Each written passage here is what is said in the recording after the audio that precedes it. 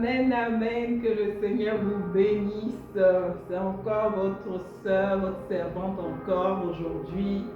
Nous allons encore parler encore de notre vie quotidienne avec le Saint-Esprit. Toujours pour le même combat de la vérité que Dieu existe réellement. Parce qu'on a tendance à penser que Dieu n'existe plus tellement, il y a des mauvais témoignages. Pour le même combat, la prophétesse Aleka toujours en train de combattre la vraie version, la vérité selon la parole de Dieu. Amen. On va prier pour rendre grâce à Dieu, pour lui dire merci d'avoir permis qu'on puisse être encore là aujourd'hui en ce jour. Hier, c'était la Pentecôte.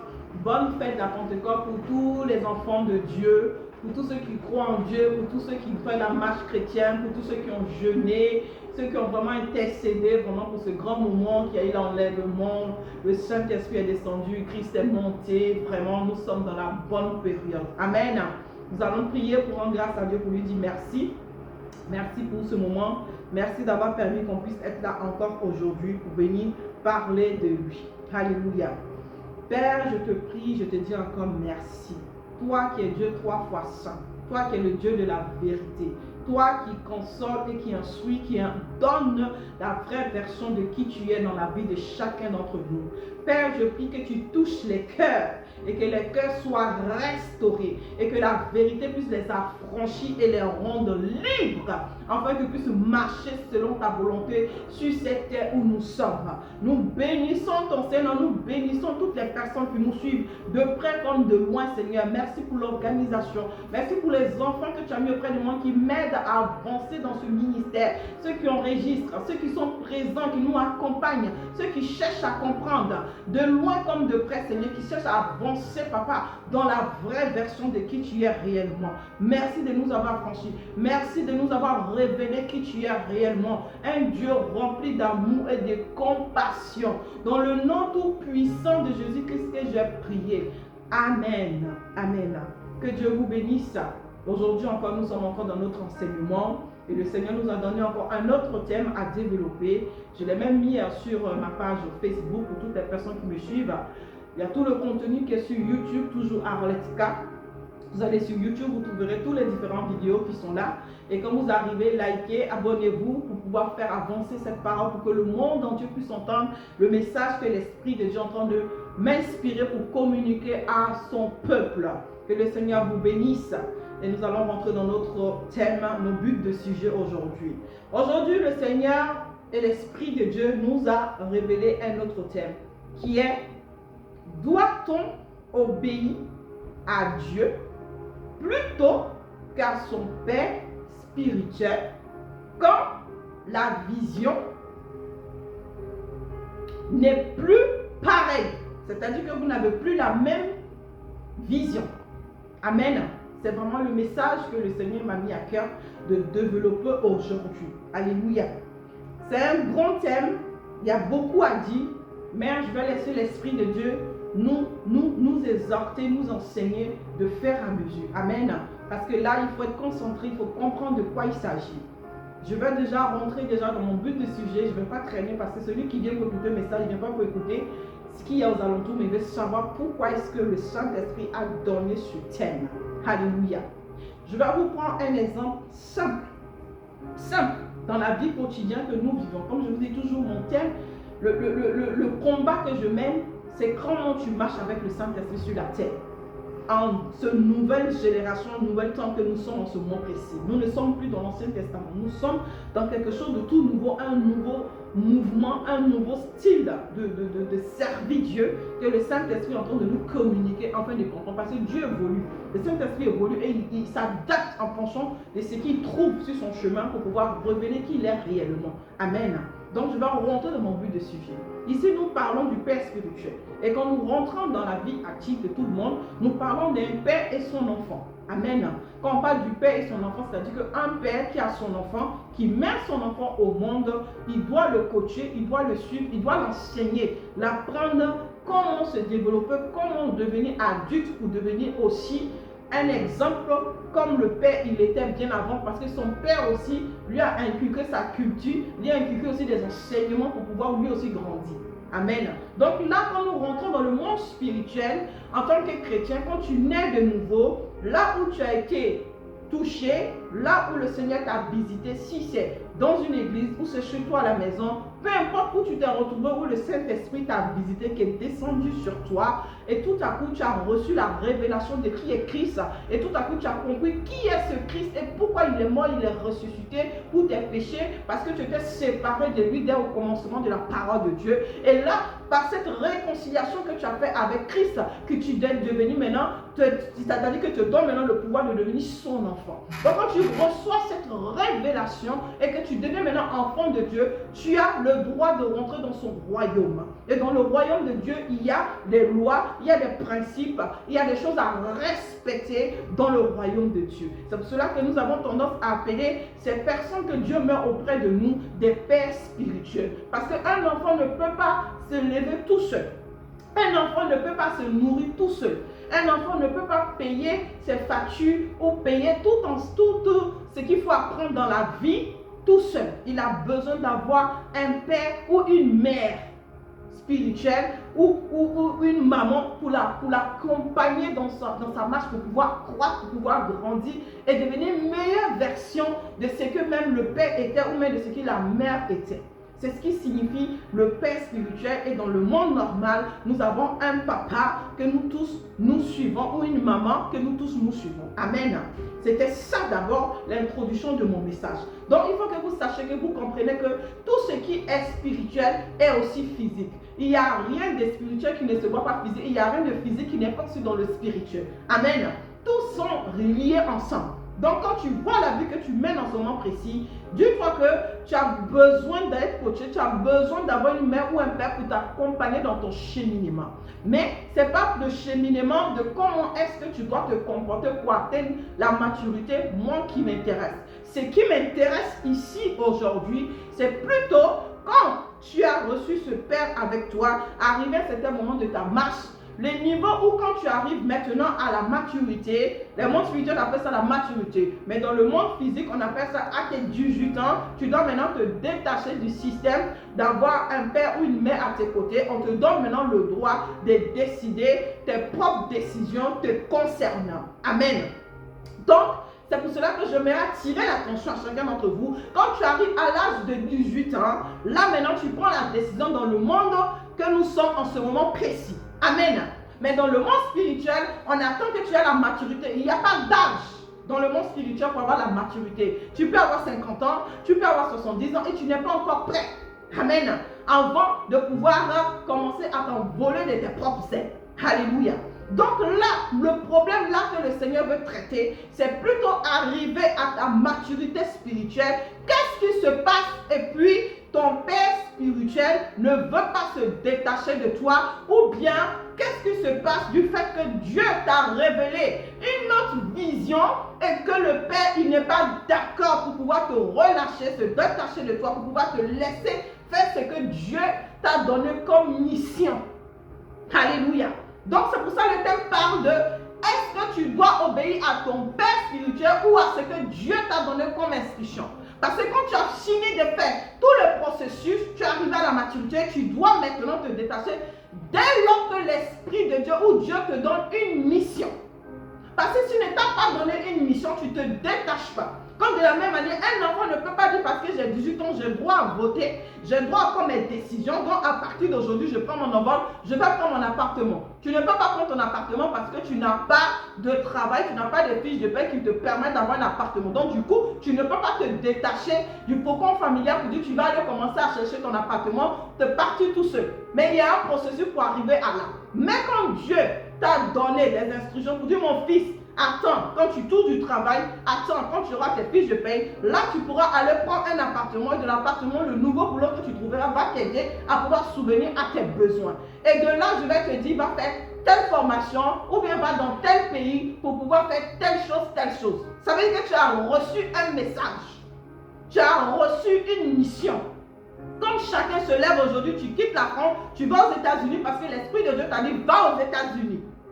Vous comprenez? Donc quand tu n'as pas une source d'inspiration, que tu n'as pas reçu une révélation de Christ pour te dire, ma fille ou mon fils, lève-toi, va à tel endroit et commence à faire telle mission pour moi. Tu ne bouges pas, tu restes dans le faucon familial parce que tu n'es pas encore prêt pour te détacher. Maintenant, moi, je vais attirer plutôt l'attention pour ceux qui sont prêts. Dans le monde spirituel, pour ceux qui sont prêts à l'église, tu es prêt, tu as reçu une vision de la part de Dieu et ton Père te dit que tu ne peux pas partir parce que lui, il n'a pas encore décidé que tu passes. Donc voilà où se trouve le combat entre toi et ton Père spirituel qui t'a suivi. Il va te dire, t'as coaché, il t'a nourri, il t'a donné tout ce qu'il faut comme instruction. Comment chasser les démons, comment accueillir les âmes, comment faire une cure d'âme, comment évangéliser, comment te déplacer de pays en pays, comment prêcher, comment faire plein de choses dans l'œuvre de Dieu. Et une fois que quand tu te sens prêt, l'Esprit de Dieu te dit maintenant, ma fille, ou bien mon fils, Dieu maintenant vient te parler. Il laisse ton père et toi, il te parle directement. Alléluia. Et c'est pour cela que l'Esprit de Dieu m'a envoyé dans le livre de 1 Samuel. Dans le livre de 1 Samuel 3, pour ceux qui ont vu de tout livre, tu peux commencer par le verset 4, finir au verset 10. Alléluia. Dans le livre de 1 Samuel, ici, on voit que Dieu a vu Élie, qui était le père spirituel de Samuel. Il a sauté Élie. Il a laissé Élie. Et il est venu parler directement à Samuel. Et comme Samuel ne le connaissait pas, il a appelé Samuel plus de 2 fois. Et il réveille son père physique qu'il connaît, qui est Élie. Et il lui pose la question, tu m'as appelé? Il me dit non. Il lui répond, non, je ne t'ai pas appelé, va te coucher. Dieu lui appelle encore. Il court encore, il va vers son père. Il dit, mais tu m'as appelé? Et il répond, non, je ne t'ai pas appelé. Au bout de 3e fois, et il court encore pour dire, mais tu m'as encore appelé. Et c'est là que le père spirituel s'en rend compte, perçoit que c'est Dieu qui est en train de parler au jeune garçon. Alléluia. C'est tellement subtil ce genre de choses-là que beaucoup n'arrivent pas à comprendre. C'est pour cela que toujours quand quelqu'un vient te révéler une révélation sur ta vie, il faut que toi aussi tu pries pour savoir si c'est vraiment vrai, si ça te renseigne, c'est que cette personne a prophétisé sur ta vie. Mais là, dans ce cadre, c'est tellement délicat qu'on ne peut même pas savoir si c'est vraiment Dieu qui a appelé Samuel. Mais comme Élie sait que quand Dieu veut parler, il a une manière de faire qui passe par tes pensées pour te parler. Donc c'est là que Élie a capté. C'est-à-dire qu'il a compris dans le monde spirituel que Dieu est en train de parler à cet enfant. C'est-à-dire que ce Élie a accepté. Il est d'accord que Dieu ait tissé un lien avec son enfant. Élie a compris que cet enfant n'est pas son enfant. Dans le monde spirituel, c'est l'enfant de Dieu. Donc Dieu parle à qui il veut, quand il veut, à l'aide qu'il veut, sans l'autorisation de même celui-même qu'il a mis auprès de toi pour te coacher, pour t'apprendre à apprendre de grandes choses pour aller plus loin. Alléluia. Il a compris. Et ça, j'appelle ça des pères spirituels saines. C'est des pères spirituels saines.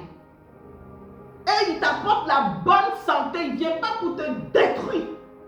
Parce qu'il a compris que ton temps est arrivé, que tu puisses maintenant faire ce que Dieu, pourquoi Dieu t'a mené auprès de lui là. Le temps est arrivé qu'il parte maintenant faire la mission à laquelle Dieu l'a mis sur la terre.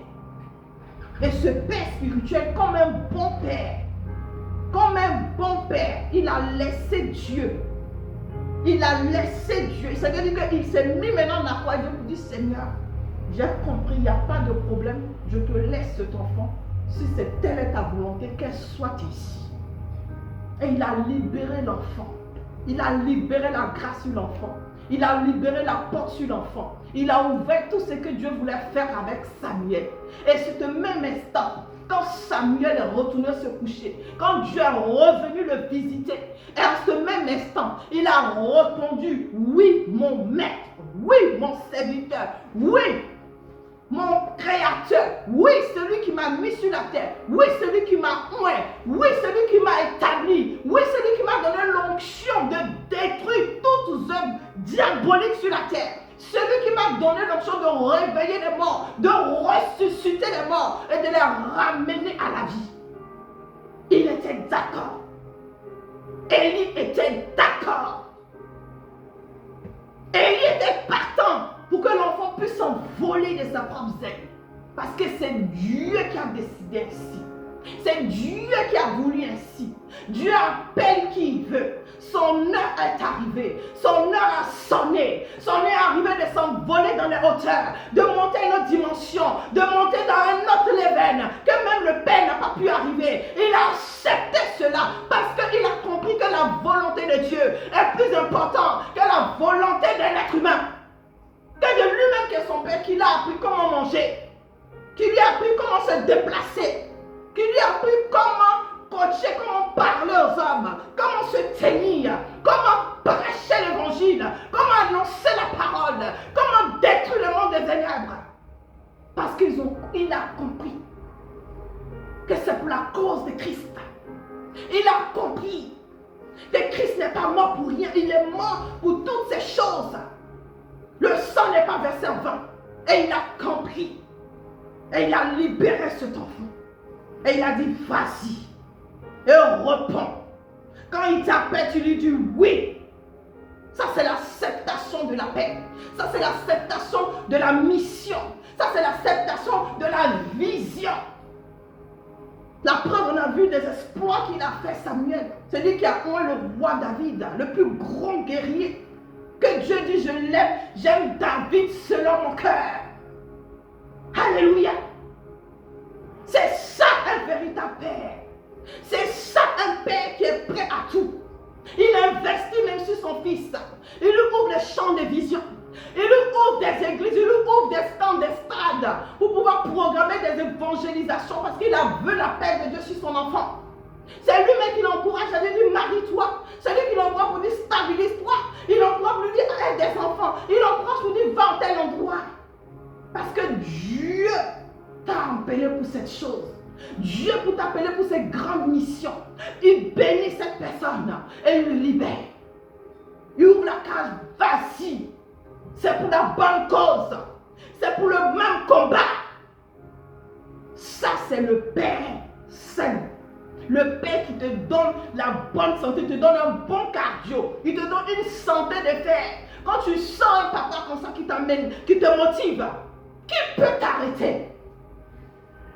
Qui peut t'arrêter? Les démons te voient, ils tremblent. Les démons te voient, ils ne savent pas où s'asseoir. Ils disent, mais qui est cette personne? Mais d'où est-ce qu'elle vient? Mais d'où est-ce qu'elle vient cette personne? C'est comme ça un vrai père. Un véritable père. Mais tu laisses ton enfant partir. Parce que tu as compris que toi aussi, tu as été libéré par un autre père. Et c'est comme ça, ça s'enchaîne. Ça s'enchaîne. Pour que la gloire de Dieu puisse se repentir dans le monde entier. Pour que Christ soit vu de tous. Alléluia. C'est pour ça que nous sommes là aujourd'hui. Donc, bien aimé, si tu te retrouves dans cette position, quand tu te retrouves coincé, le Seigneur m'envoie ici pour révéler cela afin que les pères puissent libérer les enfants, puissent libérer les enfants et puissent les aider plutôt à arriver là où Dieu les a appelés. Arriver là où eux n'ont pas pu mettre les pieds. Parce que ce n'est pas une compétition. Ce n'est pas une rivalité. Ce n'est pas une concurrence. Nous prions dans la même chose. Nous ouvrons tous dans le même ciel. Et nous adorons le même Dieu. Donc arrêtons de les écraser. Arrêtons de les mépriser. Arrêtons de les garder sous nos coudes. Pour ne pas qu'ils bougent. S'ils bougent, l'église va bouger, les fidèles vont le suivre. Si les fidèles le suivent, c'est la volonté de Dieu. Est-ce que c'est lui qui est parti avec eux? Tu ne peux pas maintenir une toile sous la table. Même si c'est ton enfant, tu l'aimes, mais tu ne veux pas le laisser partir. Tu dois libérer sa vie. Tu dois libérer la grâce qui est sur sa vie. Tu dois libérer l'onction qui est sur sa vie. Parce que sa couronne, ça déborde. Ça déborde et il bouillonne en lui. Il sent que c'est le temps pour lui. Il sent que c'est le temps de s'envoler. Et tu l'empêches de pouvoir s'envoler. Libère cette vie maintenant. Libère cette vie maintenant et que tu laisses le Saint-Esprit commencer à l'utiliser. Il y a des gens qui sont en train de mourir, qui l'attendent.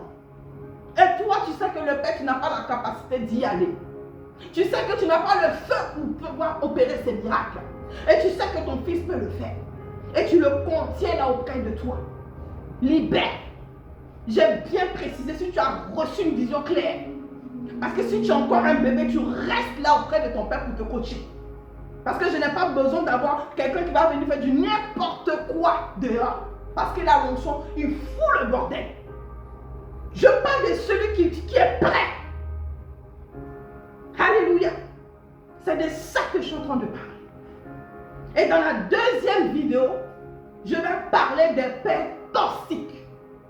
Parce qu'il y a toujours bon. Il y a toujours du bon. Je vais parler du père toxique. Alléluia. Que Dieu vous bénisse. Et on se dit tout à l'heure pour la deuxième vidéo. Amen. Que Dieu vous bénisse.